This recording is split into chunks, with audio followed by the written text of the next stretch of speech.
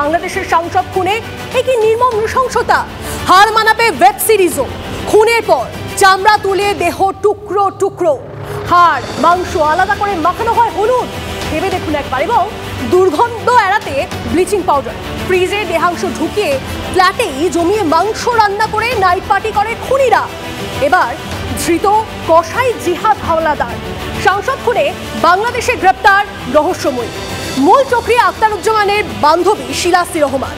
হানি trap হিসেবে সেই মহিলাকে ব্যবহার করা হয়, তবে মূল চক্রী আখতারুজ্জামান ও তার আরেক শাগরেদ সিয়াম পালাতক। বাংলাদেশের সাংসদ খুনে হাড় হিম করা তথ্য। তদন্ত যতই এগোচ্ছে সামনে আসছে একের পর এক চাঞ্চল্যকর তথ্য।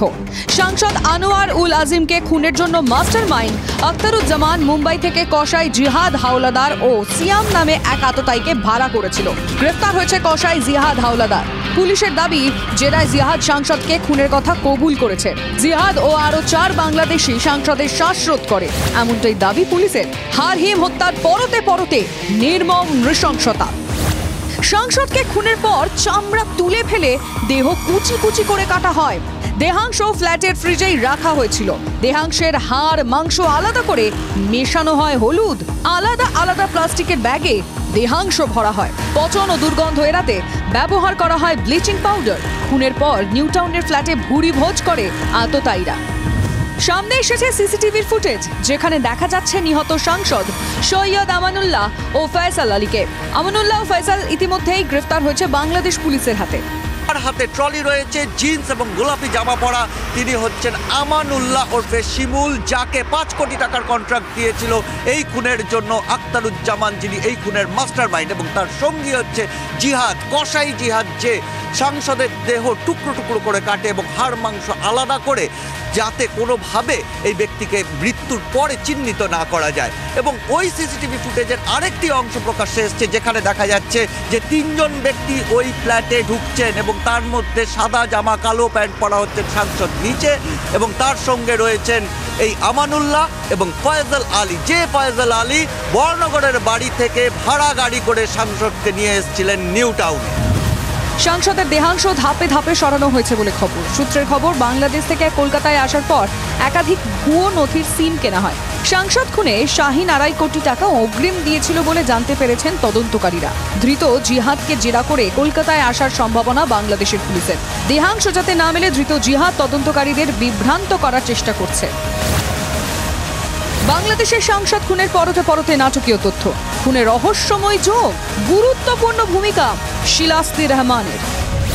মূল চক্রী আখতারুজ্জামানের বান্ধবী শিলাস্তি রহমান। সিআইডির অনুমান, সাংসদ খুনে হানি ট্র্যাপ হিসেবে ব্যবহার করা হয় মহিলাকে। খুনের পরের দিন অ্যাপ ক্যাবে চেপে ফ্ল্যাট ছাড়েন ওই মহিলা।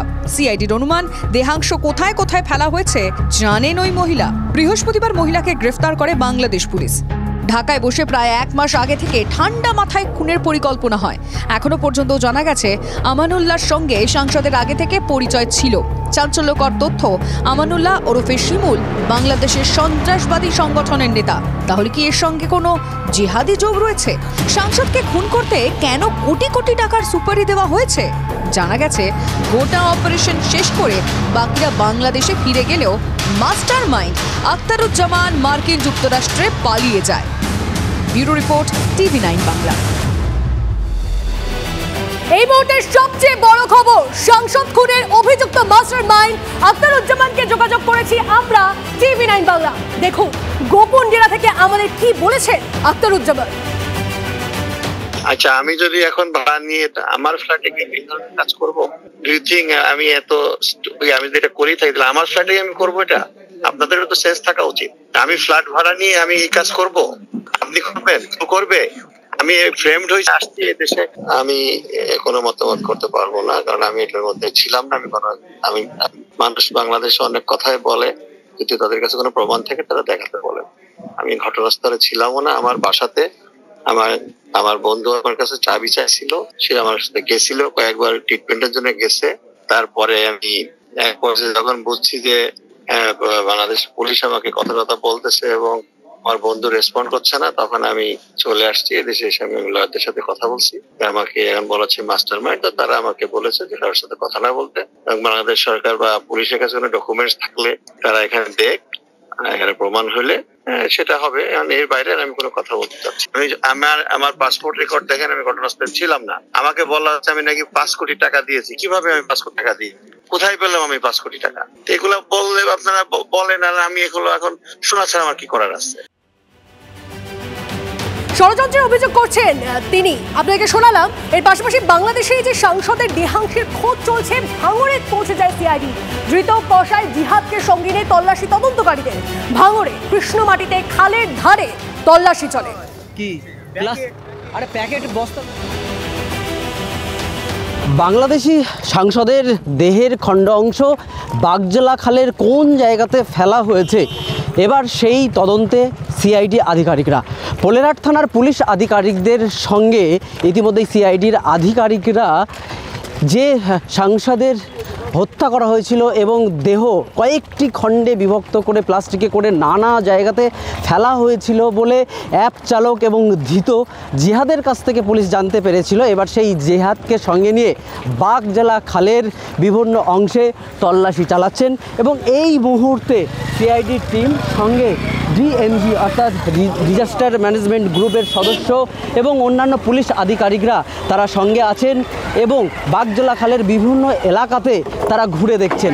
পুলিশ সূত্রে জানা যাচ্ছে ঠিক বাগজলা খালের পাশেই একটি বাঁশঝাড় এবং সেখানে কয়েকটি কচুরিপানা সেই তার কাছাকাছি অংশে ফেলা হয়েছিল বলে কিন্তু পুলিশ সূত্রে খবর। সেই জায়গাটা প্রথমে চিহ্নিতকরণ হবে এবং তারপরে ডিএমজির সদস্যরা সেখানে নেমেই তল্লাশি করবে। এখন দেখার টানা 2-3 দিন তল্লাশির পর আদতে সিআইডির আধিকারিকদের হাতে কোন তথ্য মেলে। শাহিনুরের সঙ্গে সত্যজিৎ, টিভি 9 বাংলা, কলকাতা।